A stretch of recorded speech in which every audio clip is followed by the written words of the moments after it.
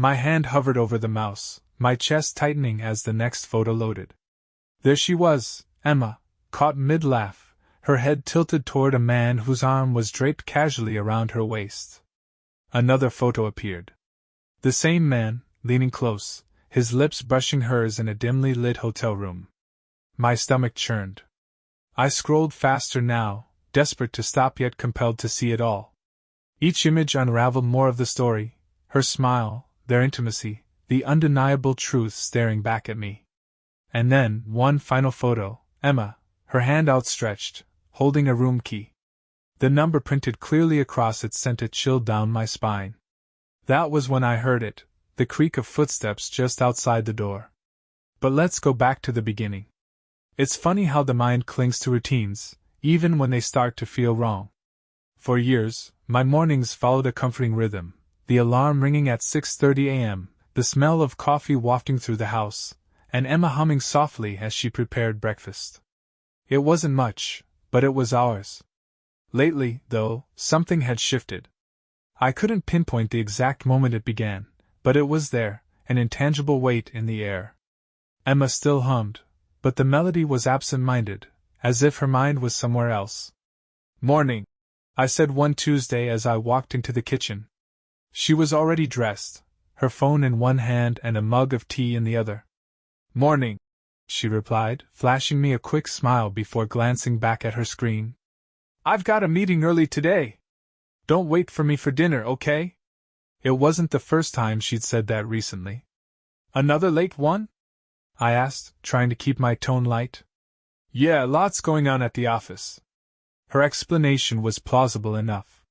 Emma was a marketing director for a mid-sized firm, and her job had always been demanding. But the growing frequency of these late nights was starting to feel off. I nodded, pouring myself a cup of coffee. "All right. Don't work too hard." She smiled again, but it didn't quite reach her eyes. At first, I dismissed my unease as paranoia. We'd been married for 8 years, and while our relationship wasn't perfect, I had no reason to doubt her. Or so I told myself. Still, small things began to gnaw at me. She was glued to her phone more often, tilting the screen away whenever I walked into the room. Her laughter, once shared freely between us, was now muted and directed at private texts. One night, as we sat on the couch watching TV, her phone buzzed. She glanced at it, her lips curving into a smile before quickly setting it down. "Who's that?" I asked, trying to sound casual. "Just work stuff," she said, her voice steady. But something about the way she avoided my gaze made my stomach tighten. I wasn't proud of it, but a few days later, I found myself standing in our bedroom while Emma was out. Her phone sat on the nightstand, its screen dark and silent. I hesitated, my fingers hovering over it. "You trust her," I told myself. But the knot in my chest told a different story. The phone was locked, of course. I set it down quickly, ashamed of the impulse. That night, as I lay in bed beside her, my mind churned with questions. Was I imagining things? Was I overanalyzing the natural ebb and flow of a long-term relationship? Or was there something she wasn't telling me? The answer came unexpectedly. It was a Saturday afternoon, and I was tidying up the house while Emma was out running errands. Our family had a shared cloud album we used to store photos, vacation pictures, family gatherings, everyday moments. I logged in to organize some of the older albums, clicking through familiar memories. And then I saw it. At first, it didn't register as anything unusual, just a photo of Emma at a restaurant. But then I noticed her company, a man I didn't recognize, his hand resting on hers across the table. My breath caught. I clicked to the next photo. The same man, leaning closer, his face partially obscured, their heads nearly touching. The pit in my stomach deepened. I scrolled faster, each photo more damning than the last. Her smile, her laughter, it was all there, directed at someone else. And then, just as I began piecing it together, the album refreshed. A new notification popped up at the corner of the screen, sync complete. My heart pounded as I realized what that meant. There were more photos. When Emma came home later that evening, I was sitting in the living room, pretending to read a book. She kissed me on the cheek as she passed by, her scent faintly floral and familiar. "How was your day?" she asked casually. "Good," I said, my voice steady despite the storm brewing inside me. "Yours?" "Busy," she replied, dropping her bag by the door. "But productive." I watched her as she moved around the room, her movements fluid and confident. For a moment, I questioned everything. Could I have misunderstood? Misinterpreted what I saw? But deep down, I knew the truth. Emma wasn't the same woman I'd married. Or maybe she was, and I was only now seeing her clearly. It started innocently enough. I logged into the cloud album the next morning to double-check what I'd seen. Part of me still wanted to believe there had been some kind of mistake, a misunderstanding I could chalk up to paranoia or a trick of the light. But there they were again, those photos I couldn't unsee. Emma and the man were seated at an outdoor cafe, the sunlight catching the gold tones in her hair as she laughed at something he'd said. His hand rested on the table, fingers brushing hers like a silent promise. I clicked forward, my throat tightening. The next photo was a close-up of their dessert, 2 forks sharing a single plate of cheesecake. There was no denying the intimacy. But what shocked me most wasn't the photos themselves, it was how they got there. Our cloud album wasn't public. It synced only from devices we'd connected, a convenience we'd agreed on years ago. Every picture Emma had taken on her phone was automatically uploaded to the album. She must not have realized it, or maybe she'd simply forgotten. The thought made my chest ache. She'd been careful, but not careful enough. I kept scrolling, my stomach churning with every image. A series of selfies, both of them smiling with their heads pressed close together. A blurry shot of a hotel lobby, the man standing in the background, his jacket slung casually over his shoulder. And then the last one, a photo of Emma standing in front of a door, a hotel keycard visible in her hand.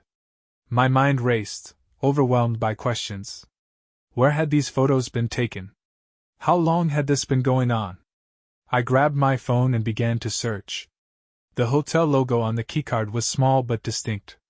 A quick search brought up the name of the place, the Arlington, a boutique hotel downtown. It was too much.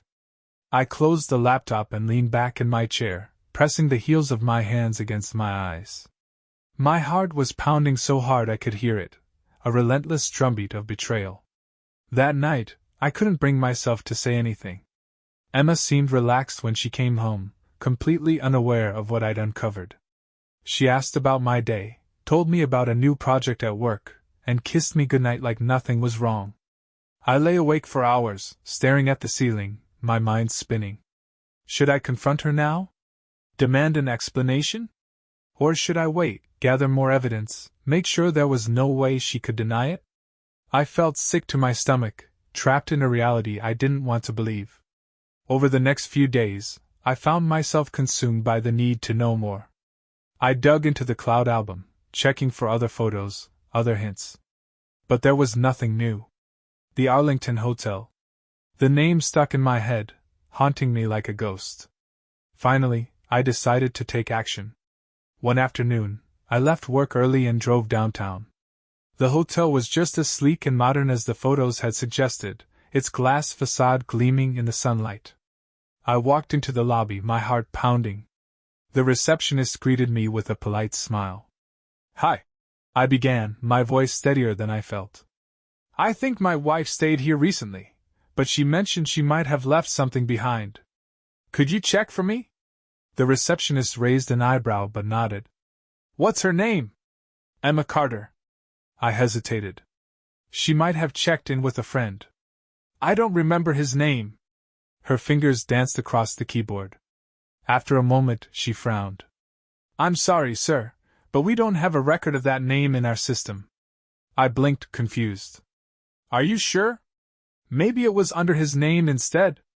Do you know what date they stayed?" I rattled off a guess based on the timestamps on the photos. She typed again, then shook her head. "Nothing for that date either. I'm sorry." I left the hotel feeling more unsettled than ever. If they hadn't stayed here, Where had those photos been taken? Had Emma lied about the location, or had the photos been staged somewhere else entirely? Back at home, I decided to try a different approach. I scrolled through Emma's social media, checking for posts or mentions that might align with the photos. She'd been quiet recently, sharing only the occasional work-related update. But then I noticed something odd, a comment from a coworker on one of her older posts, referencing a work trip I didn't remember her mentioning. It felt like a lead. That night, as Emma slept beside me, I picked up her phone. The guilt was immediate and suffocating, but I couldn't stop myself. The screen lit up, and I typed in the passcode, my birthday, the same code she'd used for years. I went straight to her messages. Most of them were innocent enough, family group chats, work threads, the usual. But then I saw a thread near the top with no name, just a phone number. I opened it, my pulse racing. The messages were brief but intimate. Inside jokes. Plans to meet.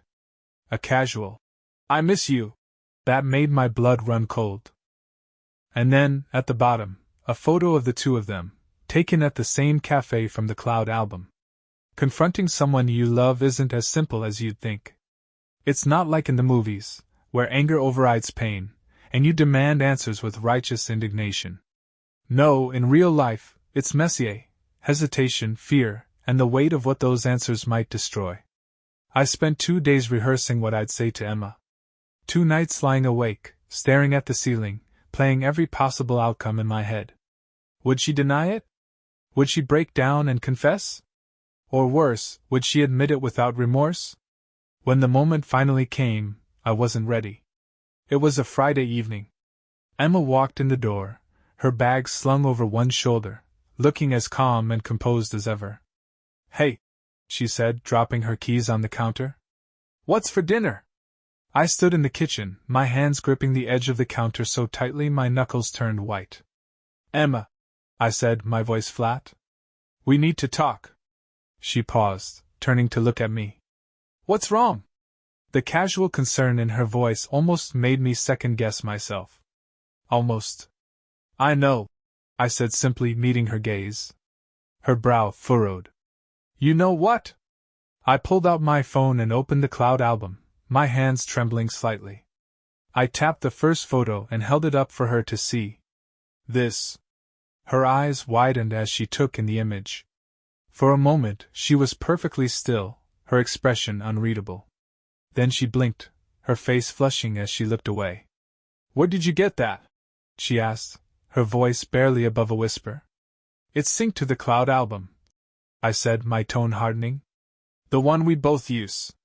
So I guess my real question is, who the hell is he?" Emma opened her mouth, then closed it again, struggling for words. The silence stretched between us, heavy and suffocating. Finally, she sighed and sank into a chair at the dining table. "It's not what it looks like," she said. "Don't," I snapped, slamming the phone down on the table in front of her. "Don't insult me by pretending there's some innocent explanation for this. I've seen the photos, Emma. I've read the messages. Just tell me the truth." She flinched at my tone, her hands trembling as she folded them in her lap. "Okay," she said quietly. "Okay. His name is Ryan. He's a co-worker." I let out a bitter laugh. "A co-worker? Of course. And what, you just accidentally stumbled into a hotel room together?" Her head shot up, her eyes flashing with anger. "It's not like that, James. You don't understand." "Then explain it to me." I cut her off, my voice rising. "Because right now, all I understand is that my wife has been sneaking around with another man behind my back." Emma looked away, tears glistening in her eyes. "I didn't mean for this to happen," she said, her voice cracking. "It started as nothing, just work meetings, casual conversations. But then, I don't know. We connected. He made me feel seen." Her words hit me like a physical blow. "Seen?" I echoed, my voice dripping with disbelief. "What the hell does that mean, Emma? Have I not been here, every single day, loving you, supporting you? How could you possibly say you didn't feel seen? She buried her face in her hands, her shoulders shaking. I don't know, she sobbed. I don't know how it got this far. For a moment, I just stood there, staring at her, my anger warring with the crushing weight of betrayal. I wanted to scream, to throw something, to lash out at the unfairness of it all. But instead, I just felt hollow. How long? I asked finally, my voice cold. Emma hesitated, then whispered, 6 months. I closed my eyes, the number echoing in my mind. 6 months. Half a year of lies, of sneaking around, of sharing parts of herself with someone else. Why didn't you just tell me you were unhappy? I asked, my voice breaking. Why didn't you give me a chance to fix it? She looked up at me, her eyes red and swollen. I didn't know how, she said. And by the time I realized what I was doing, it was too late. I was in too deep. Her words offered no comfort. If anything, they only deepened the chasm between us. Are you still seeing him? I asked, dreading the answer. She hesitated, then shook her head. No, she said softly. I ended it last week. I wanted to believe her. But after everything, how could I? The rest of the evening passed in a blur. Emma retreated to the bedroom, and I stayed in the living room, staring blankly at the darkened television. My mind replayed our conversation on a loop, dissecting every word, every tear, every excuse. Part of me wanted to forgive her, to find a way to move forward.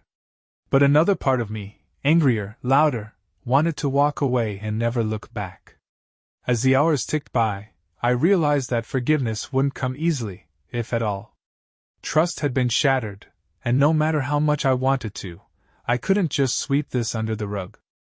When I finally crawled into bed, Emma was already asleep, or at least pretending to be. I lay on my side, staring at the wall, the distance between us feeling like an insurmountable gulf. The days that followed felt like walking through a minefield. Every glance, every word, every interaction between Emma and me was weighed down by the unspoken tension hanging over us.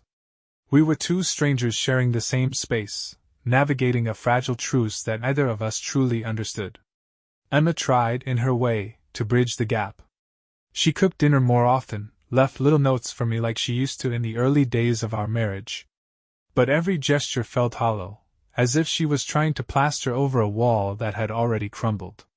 I wasn't much better. I kept my distance, burying myself in work and avoiding conversations that might lead us back to the elephant in the room. Every time I looked at her, I saw those photos, that man, the betrayal etched into every corner of my mind. We were stuck in a stalemate, either of us willing, or perhaps able, to take the first step toward resolution.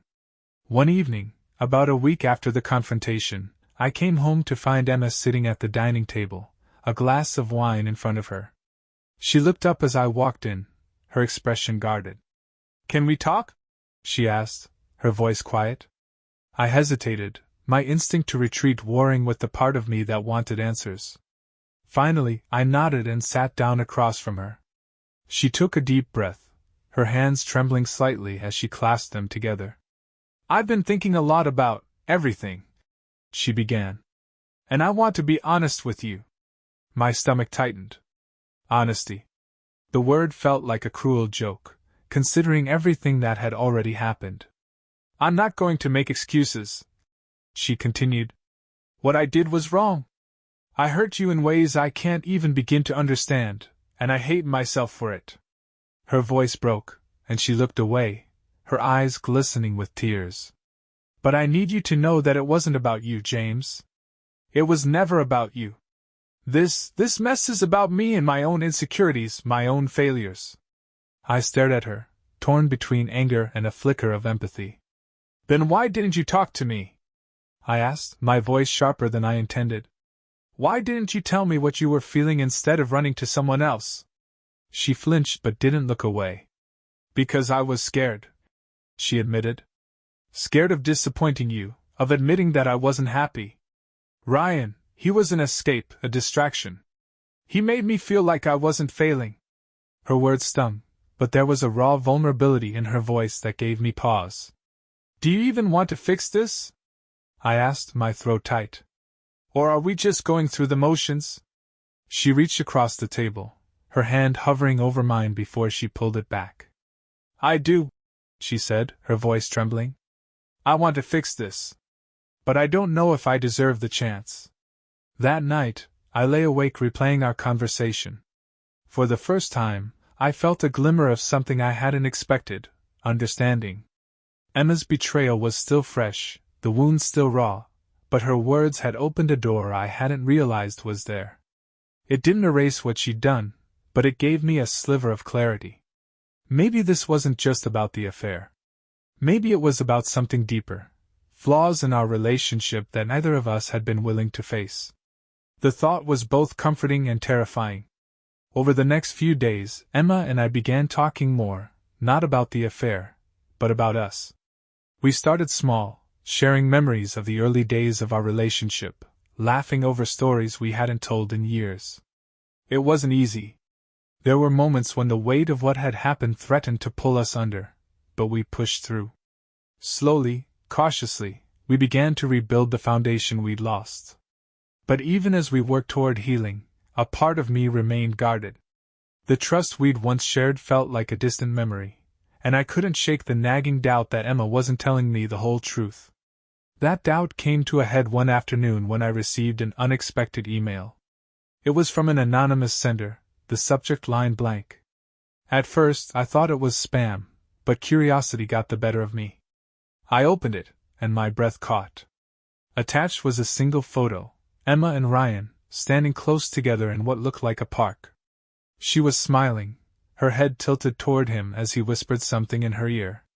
The timestamp on the photo was from 3 days ago. My hands shook as I stared at the screen, anger and betrayal crashing over me in waves. She'd lied. I confronted her that evening, slamming the photo down on the table in front of her. Explain this, I demanded, my voice cold and sharp. Emma paled as she looked at the image. James, don't, I snapped. Don't tell me another lie. I gave you a chance, Emma. I gave you the benefit of the doubt, and this is how you repay me? Tears streamed down her face as she shook her head. It's not what you think, she pleaded. He showed up at the park where I was walking. I didn't invite him, he just appeared.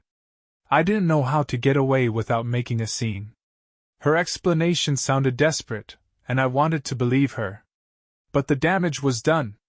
The cracks in our foundation, the fragile progress we'd made, it all felt meaningless now. I need some time, I said, stepping away from the table. I can't do this right now. Emma reached for me, but I pulled back, the distance between us growing wider with every step I took. I spent the next few days in a haze, avoiding Emma and burying myself in anything that would keep my mind occupied. Work, errands, even mundane tasks like organizing the garage, all became an escape from the storm raging inside me. The photo haunted me. Her explanation seemed plausible, but the damage was already done. Trust wasn't just broken, it was obliterated, scattered into pieces I couldn't begin to pick up. The worst part wasn't the betrayal itself, though it was a knife that still twisted in my chest every time I thought about it. No, it was the doubt. The not knowing. Every word out of her mouth felt suspect, every action tainted by the possibility of deceit. I'd caught her once. What if there were things I hadn't seen? Lies I hadn't uncovered? On the 4th day, I decided I couldn't live like this anymore. I needed answers, real, undeniable answers. I'd seen enough detective shows to know how to find them. That evening, after Emma went to bed, I scoured the internet for a private investigator. The idea of involving someone else in our personal mess made me sick, but I couldn't shake the feeling that there was more to the story than she was admitting. By the next morning, I'd made the call. The investigator, a man named Harris, was professional and discreet. He didn't ask for details beyond the basics, names, dates, and the context he needed to do his job. We'll start with surveillance, he said. If there's anything to find, I'll find it. I hung up feeling a mix of guilt and relief. Guilt for taking such a drastic step, relief at the prospect of finally knowing the truth. Over the next week, I kept my distance from Emma. She noticed, of course, but I brushed off her concerns with vague excuses about work stress and needing space.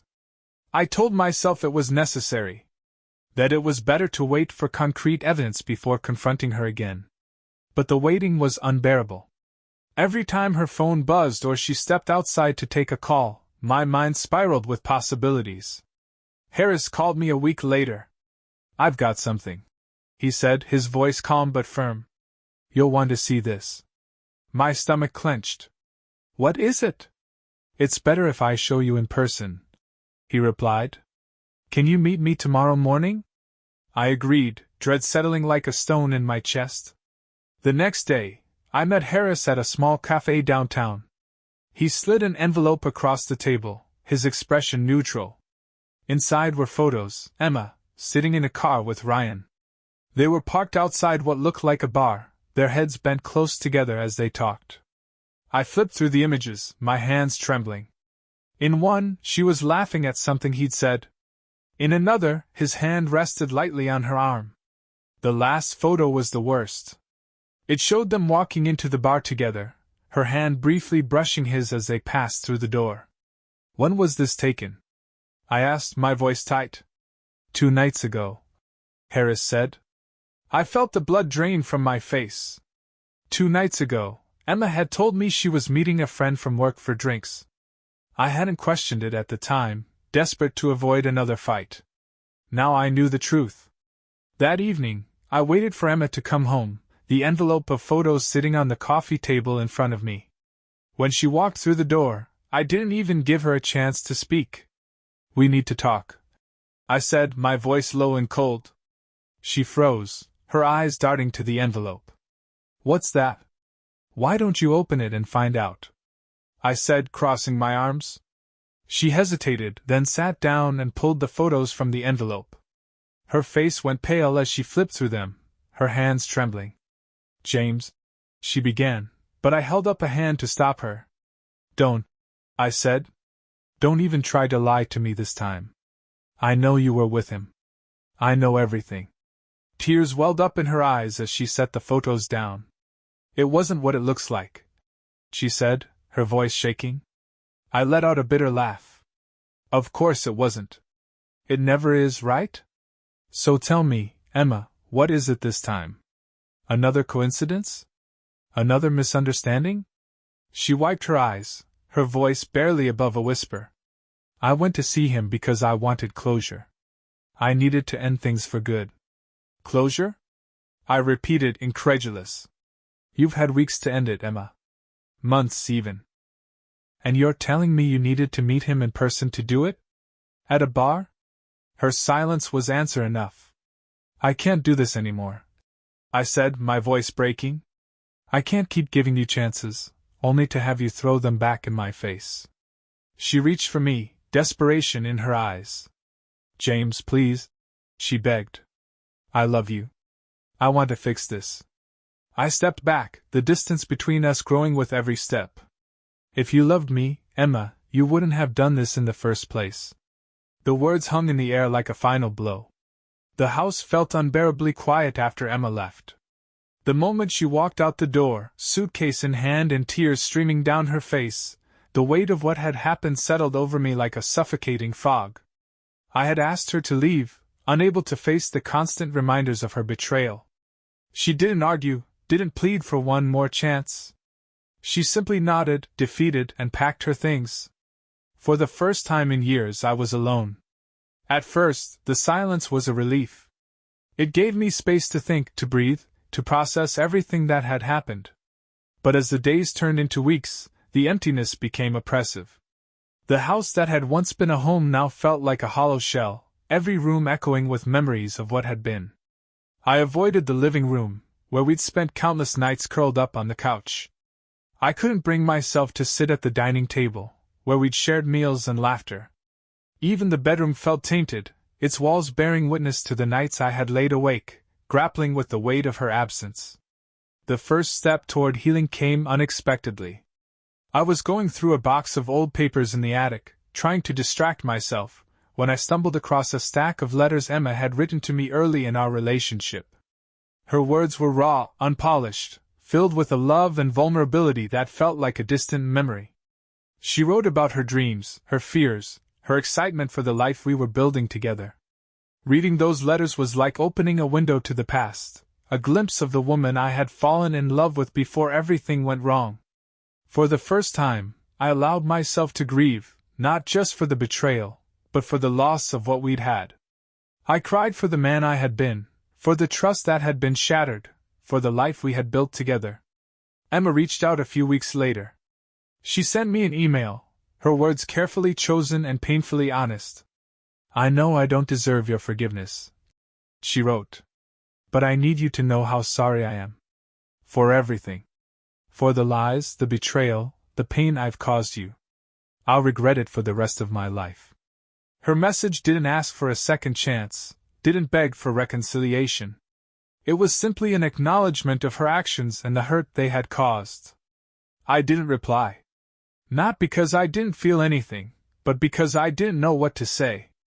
Months passed, and slowly, I began to rebuild. I sought therapy, pouring my heart out to a stranger who listened without judgment.